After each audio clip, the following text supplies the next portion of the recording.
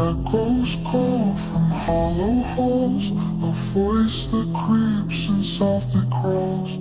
Time stands still, the air is... In November of 1985, one of the most devastating natural disasters in Colombia's history struck without mercy. The Nevado del Ruiz volcano, located high in the Andes Mountains, erupted after more than a century of silence. The result was pure tragedy. Over 23,000 lives were lost. A girl named Omayra Sanchez became the haunting face of the catastrophe. Before that fatal day, people in nearby towns had begun hearing strange rumbles coming from the 5,300-meter tall volcano. Scientists and journalists warned that an eruption was imminent, urging the government to evacuate, but their pleas went unanswered. The government was distracted by political unrest, focusing instead on fighting leftist guerrilla movements. The volcano's warnings were ignored. Then came the 13th of November. At 3 o'clock in the afternoon, Nevado del Ruiz erupted violently, sending a column of ash into the sky. The explosion blanketed the surrounding area, including the town of Armero, in thick volcanic dust. 2 hours later, local Red Cross teams began evacuations. But when the ashfall seemed to stop, the rescue operations were called off. That mistake would prove fatal. As night fell, calm turned to chaos. Without warning, 30 meters of molten mud and debris, created by the volcano's heat melting nearby snow, thundered down the mountain. It swallowed entire towns in minutes. Armero, home to 28,000 people, was erased from the map. Over 21,000 residents perished in their sleep, never realizing what was coming. 13 nearby villages were also buried, leaving nothing but mud, silence, and heartbreak. The once vibrant community had turned into a modern-day Pompeii. Amid the devastation, a single story captured the world's attention. Omayra Sanchez had survived, but only barely. When rescuers found her, she was trapped in the wreckage of her home. Her legs were pinned between a fallen beam and the body of her deceased aunt. Every attempt to free her failed. Cutting the beam risked crushing her, and pulling her out would have caused fatal injuries. Despite their best efforts, there was no safe way to rescue her. As the hours passed, Omayra's situation became a symbol of the disaster. Television crews and reporters gathered around her, documenting her desperate fight for life. Cameras rolled as she spoke softly, her face pale from exhaustion, but her spirit still alive. She asked for sweets and soda from one of the journalists. At one point, she even sang a Colombian folk song to herself, as if trying to keep hope alive amid the chaos. Rescue teams did what they could, but resources were limited. The mud was thick and unstable, and the equipment needed to save her never arrived in time. As days went by, Omayra Sanchez began to hallucinate, and she seemed to drift in and out of awareness. By then, the entire world was watching, helplessly witnessing her suffering. She fought for 60 long hours. Then, on the morning of November 16th, at 10 o'clock, her body finally gave in to hypothermia and infection. She passed away, still partially submerged in the muddy water that had buried her town. Just 3 hours before her death, French photojournalist Frank Fournier, from the New York-based Contact Press Agency, arrived at the site. He captured the haunting image of Omayra, her face covered in mud, eyes filled with both fear and calm, gripping a wooden beam for support. That photograph became one of the most powerful and heartbreaking images of the 20th century. When the photo was published 6 months later, it shocked the world. It exposed not only the horror of the tragedy, but also the negligence that allowed it to happen. People were outraged at the Colombian government for failing to act on the early warnings that could have saved thousands. The image won the World Press Photo of the Year, but it also ignited heated debate about ethics in journalism. Critics accused Fournier of exploiting the young girl's pain instead of helping her. Others defended him, saying his photo brought international attention to a forgotten disaster. The media coverage raised difficult questions about where to draw the line between documenting tragedy and invading human dignity. Some called it suffering photography, arguing that the cameras had turned human pain into spectacle. Others believed that without those images, the world might never have cared at all. Despite the controversy, Omayra's courage left an indelible mark on Colombia's history. She became a symbol of innocence and resilience in the face of unthinkable disaster. Her grave remains a place of pilgrimage, where people come to pray, leave flowers, and ask for blessings. Locals call her Santa Omayra, a saint of hope and endurance. The Nevado del Ruiz eruption was more than a natural disaster. It was a lesson written in ash and grief. It exposed how unprepared Colombia was for such catastrophes and forced the government to confront its failures. In the years that followed, major reforms were made. The country established a national disaster risk management agency, introduced early warning systems, and developed better evacuation plans for vulnerable regions. These measures have since saved countless lives, but Omayra's story remains a haunting reminder of how fragile life can be, and how easily tragedy can strike when warnings go unheeded. The quiet bravery of a young girl who faced the unimaginable with dignity and grace. Her story is one the world will never forget. Before we go any further, I just want to ask you for a small favor. If you're enjoying the video so far, please give it a like. And if you haven't subscribed yet, now's the perfect time. We are pushing to hit 200,000 subscribers before the year ends. It feels impossible, but I know we can achieve it together because your support has been unreal. I know you'll subscribe, so without wasting more time, let's get back to the video. In November of 1978, a tragedy unfolded that would shake the entire world and redefine how people understood faith, leadership, and manipulation. Deep in the jungles of Guyana, over 900 members of a group known as the People's Temple lost their lives in what became known as the Jonestown massacre. It was led by a man named Jim Jones, whose influence and control over his followers turned deadly in the most horrifying way imaginable. Jim Jones wasn't always a figure of fear.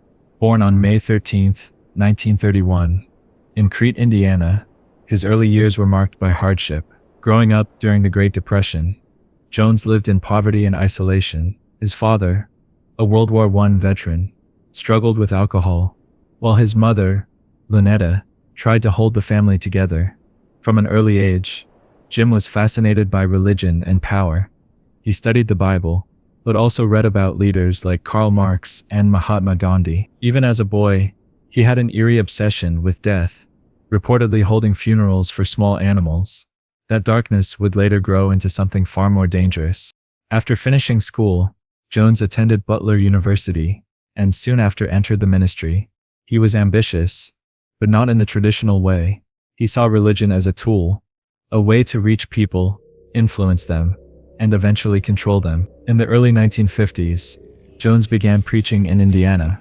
He noticed something early on. People with money were drawn to faith healings. So he started performing his own fake miracles that appeared convincing enough to attract crowds. With charisma and theatrics, he could make people believe anything. In 1954, Jim and his wife, Marceline, adopted several children of different races, calling them the Rainbow Family. It was a bold statement for the time, especially in racially divided America. Jones positioned himself as a progressive preacher who fought for equality and integration. He pushed hospitals and restaurants to desegregate, and his growing church, the People's Temple, became known for its activism and diverse congregation. To the public, he was a hero for civil rights, but behind closed doors, something darker was taking shape. Jones started blending religion with politics and socialism. He claimed that God was within every person, and that people didn't need to worship a distant deity. They could become divine themselves. The message sounded empowering, but his real goal was obedience. He wanted followers who would see him as a savior, not just a preacher. By the mid-60s, Jones moved his followers to California, where his popularity exploded. He opened new branches in San Francisco and Los Angeles, where thousands came to hear his fiery sermons about equality, community, and redemption. Politicians began to take notice. Jones gained powerful allies like San Francisco Mayor George Moscone and rising figures such as Harvey Milk and Dianne Feinstein. To outsiders, he seemed like a man making real change. Inside the temple, however, members were being manipulated, beaten, and blackmailed. People were told that leaving the church would doom them, that the government would capture or harm them if they tried to escape. Many turned over their homes, money, and even custody of their children to the church. Families were divided, letters were censored, and trust was replaced with fear. As pressure mounted from the media and authorities, Jones grew paranoid. He began wearing dark glasses, surrounding himself with armed guards, and using drugs heavily. By 1974, he decided it was time to move his people somewhere safe, a socialist paradise away from the United States. That place was the dense, isolated jungle of Guyana. He called it Jonestown. To his followers, it was supposed to be a new beginning. In reality, it was a prison. When they arrived, members quickly realized the dream was an illusion.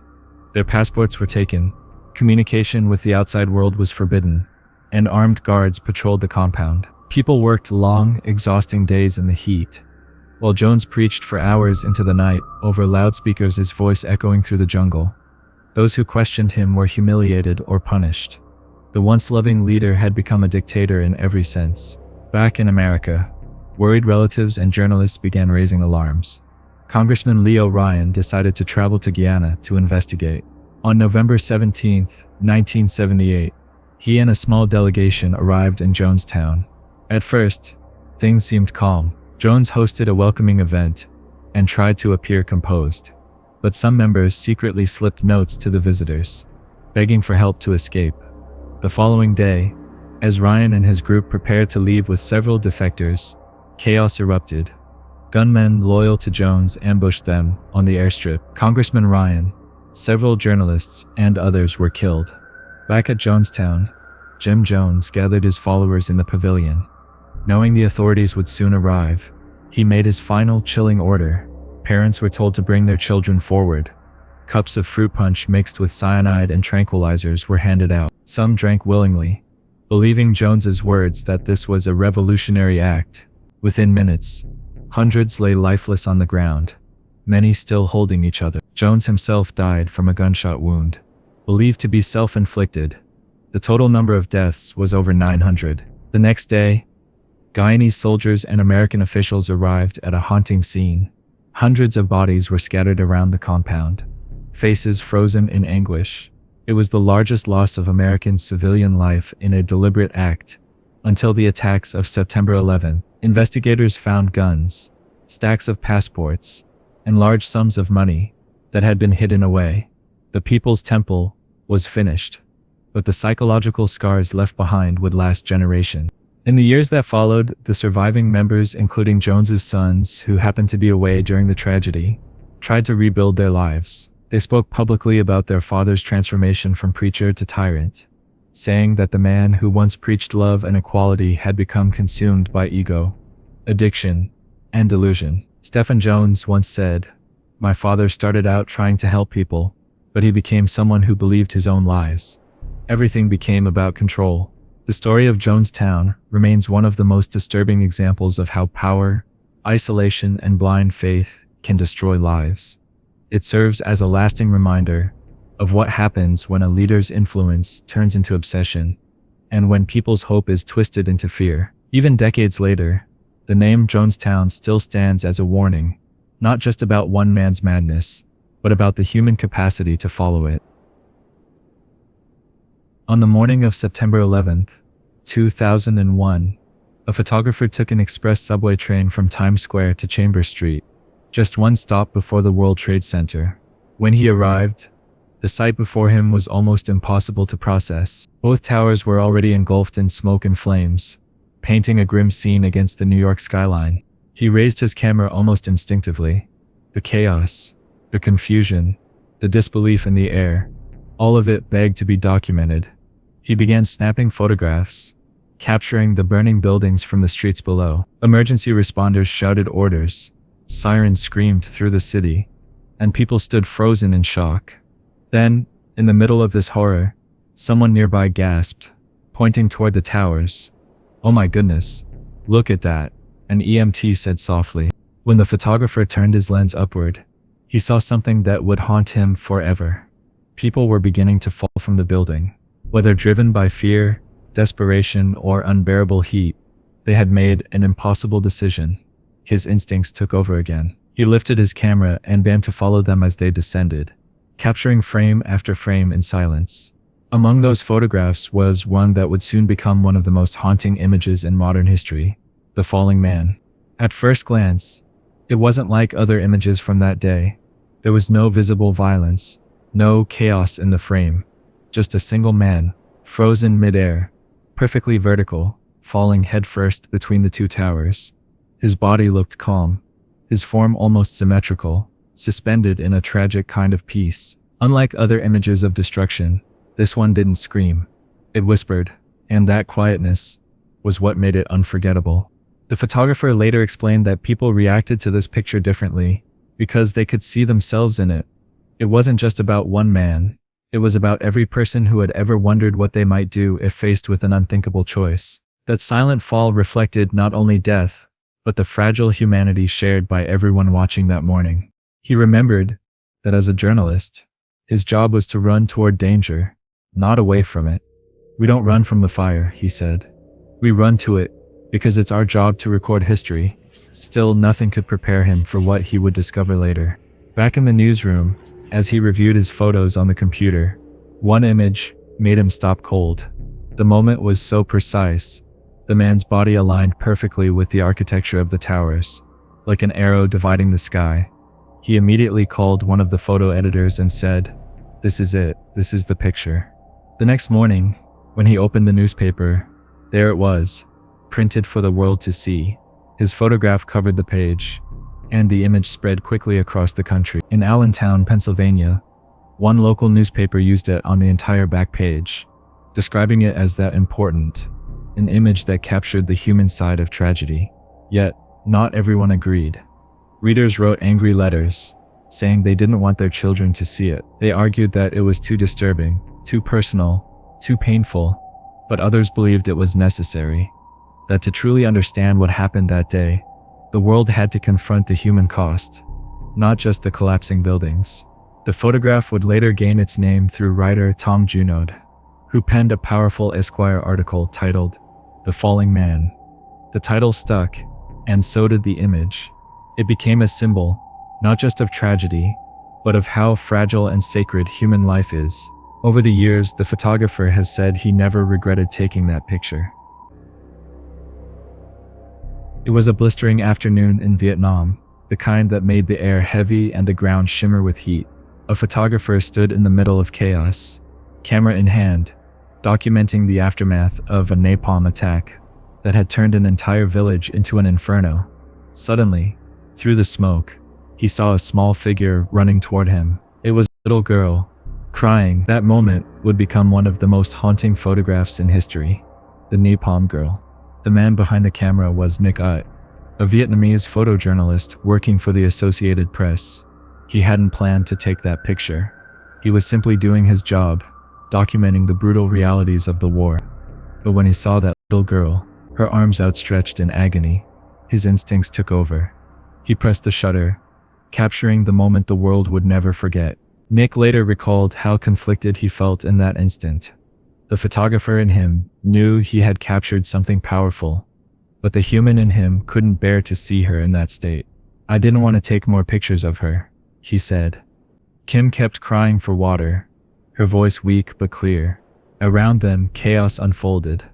Soldiers, journalists, and villagers were in shock. Many had fled, leaving Nick alone. Realizing she wouldn't survive without medical attention, Nick lifted Kim into his company van. For more than half an hour, he drove frantically toward the nearest hospital. When they arrived, the staff hesitated. They were overwhelmed with victims from the napalm bombing, and told him to take children to Saigon instead. Nick pleaded with them, saying Kim wouldn't make it if they waited any longer. After 3 refusals, he finally showed them his media credentials, telling them if she died, her photo would be seen in every newspaper in the world by the next morning. The doctors finally agreed to help. That photograph would be published worldwide the next day. It became a symbol of the horror of war, and a turning point in how the public viewed the Vietnam conflict. But what many people didn't know was that Nick stayed by Kim's side long after he took that picture. He visited her in the hospital, where doctors fought to save her life. Against all odds, she survived. Years later, Kim confessed that when she first saw the photo of herself, she was heartbroken. Why did they take my picture? She had asked. I look so ugly. For a long time, she felt exposed and humiliated, but as she grew older, she came to understand the power of that image. She realized it wasn't just a picture of her. It was a picture that spoke for millions of victims of war. It was a picture that helped change history. Kim later used her painful experience to advocate for peace. She became a UNESCO Goodwill Ambassador and devoted her life to helping children affected by war. She and Nick stayed in touch for decades, and she called him Uncle Ut. Their bond went beyond photography. It was a connection born from trauma, compassion, and survival. She often said, "I'm alive today because of you."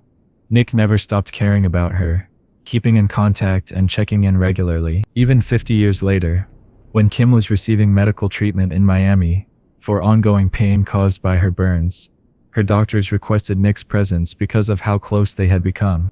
That photograph, captured in June 1972, remains one of the most powerful images ever taken.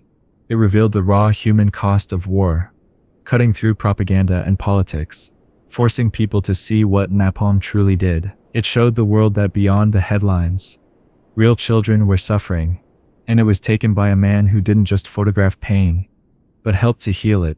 In recent years, as wars have continued in other parts of the world, Nick's photo has resurfaced time and time again. He said that during the conflict in Ukraine, his picture was printed inside airplanes carrying refugees, with the words "No war" beside it. People looked at it and understood its message, the same one it carried half a century ago. It was a reminder that behind every battle and every explosion, there are innocent lives caught in the middle. Nick often receives calls from people who want him to take another photograph like that, one that could change the world again. But now, an older man, he laughs and says, "Maybe one day, I'll go again." His voice carries the weight of someone who has seen too much, yet still hopes his work can inspire peace. Some stories never fade, and not always for good reasons. The Chernobyl nuclear disaster is one of those stories, a tragedy that changed the world forever. Decades later, its scars still run deep, and its silence still echoes across empty towns and forgotten streets. In April 1986, a reactor at the Chernobyl nuclear power plant exploded during a safety test gone terribly wrong.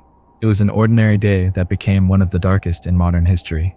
Radiation spread through the air, and within hours, it had reached parts of Europe. The damage was not just immediate, it would last for generations. Years later, journalist Richard Kelton was granted rare permission to enter the forbidden zone. As he stood among the ruins, he described it as stepping into the belly of the beast.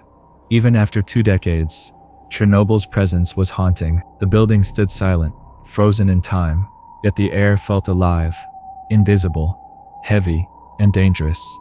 Just across the river lay a town once known as Sunny Town, in Belarus, about 10 or 15 kilometers from the reactor. It wasn't destroyed by flames or bombs. Instead, it was slowly poisoned by radiation. Soldiers had arrived that spring morning and told everyone to leave just for a few days, but the people who left never came back. Kelton's guide showed him a simple meter to measure radiation. Standing 200 meters from ground zero, the reading was surprisingly low, the exposure equal to a medical scan after nearly 2 days of standing there. But just 100 meters closer, and the same amount of exposure would happen in a few hours. Any nearer and the invisible danger could end a life in minutes. How could it be safe in some spots and deadly in others? To understand that, you'd have to go back to that fateful night in April 1986. Inside the control room of reactor number 4, a team of under-trained technicians ran a late-night test. Their goal was to see if the reactor's turbines could keep spinning in the event of a power loss. But the power levels became unstable. Against every safety protocol, they kept pushing. In total, 6 major safety rules were broken in a matter of hours. Then, just after 1 in the morning, an uncontrollable surge built up in the reactor. A massive explosion tore through the building. An explosion so powerful that it lifted a concrete roof as large as a stadium and threw it aside like paper. The fire burned for days. Helicopter pilots risked their lives flying through the radioactive smoke, dropping sand and lead in an effort to smother the flames. Thousands of workers, Many of them, soldiers, were sent in as human cleanup crews. They became known as liquidators. Most could only work for a few minutes before retreating to safety. They were the silent heroes who carried on despite knowing the risks. In the months that followed, a massive concrete shell called the sarcophagus was built over the ruined reactor. It took 300,000 workers and 6 months of relentless labor. Beneath it lay melted uranium, mixed with molten rock, a black river of frozen destruction, sealed deep inside.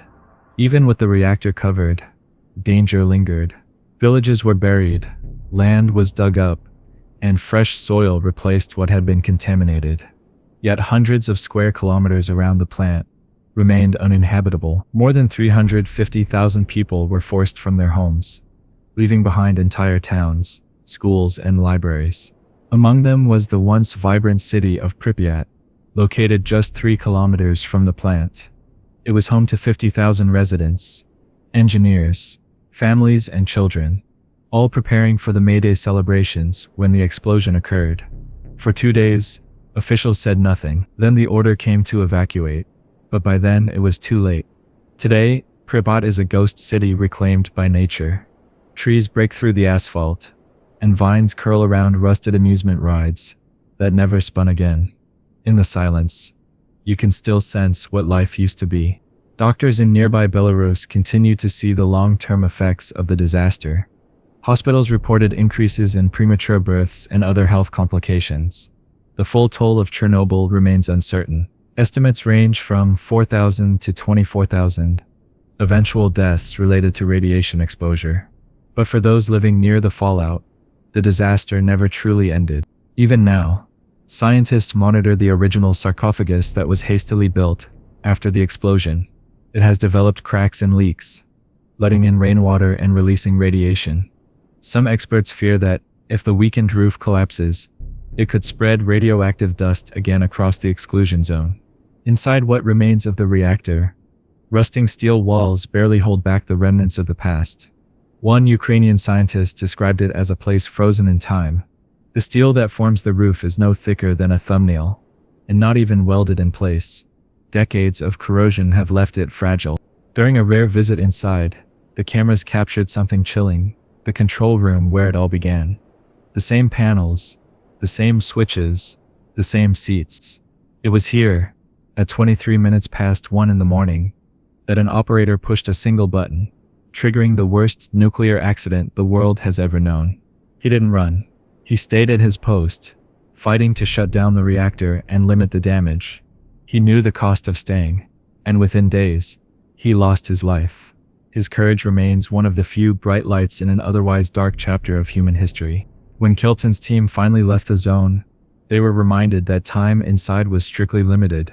Just a few minutes more, and even their protective suits wouldn't shield them. As they drove away, the once busy highways lay empty, lined with rusted vehicles abandoned decades ago. The story of Chernobyl isn't just about science or radiation. It's a reminder of how one mistake can echo through generations, changing landscapes, families, and futures. A frozen city stands as a monument, not to progress, but to the cost of forgetting how fragile human ambition can be. It was in February of 1990 when Regina K. Walters decided to run away from her home in Pasadena, Texas. She dreamed of a new beginning with her boyfriend, 18-year-old Ricky Lee Jones. The two teens, deeply in love, were tired of the chaos around them and wanted nothing more than to start a quiet life together in Mexico. They packed what little they had, stuck out their thumbs, and began hitchhiking their way out of Houston, unaware that their decision would lead them straight into the hands of one of America's most dangerous killers. The man who stopped to offer them a ride that day introduced himself as Robert Ben Rhodes. He looked like an ordinary truck driver, friendly enough, and promised them a safe trip.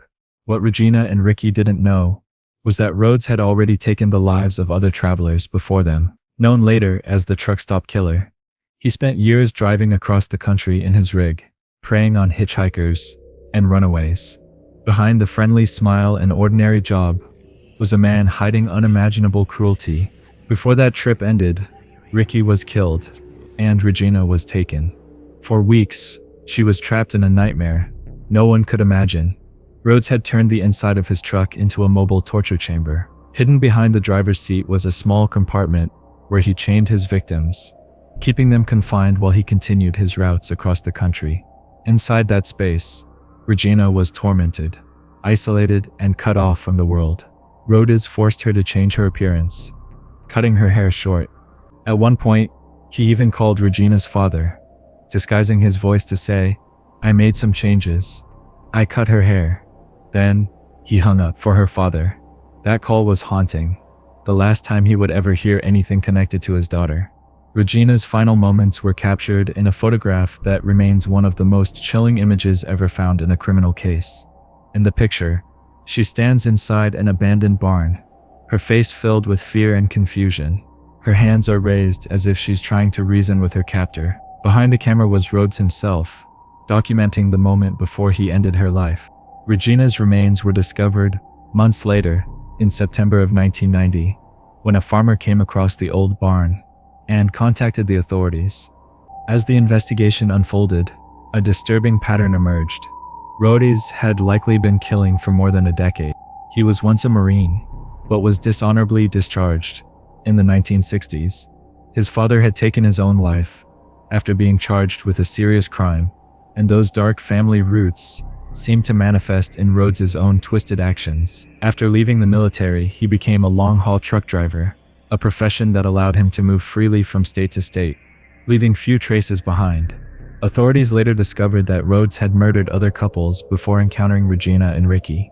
Just a month earlier, he had picked up another pair of hitchhikers, Patricia Walsh and Douglas Siskowski. As with Regina and Ricky, he killed the male partner and kept the woman captive in his truck before taking her life as well.